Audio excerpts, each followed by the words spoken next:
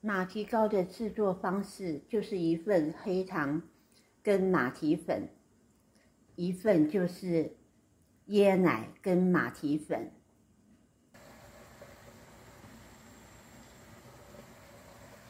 水开之后入蒸，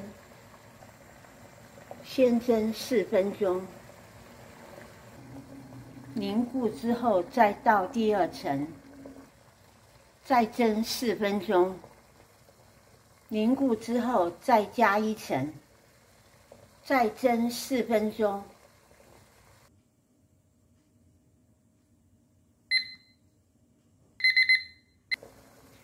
再加1层，再蒸4分钟，再加1层，蒸4分钟，放冰箱冷藏，隔夜再切块，完成。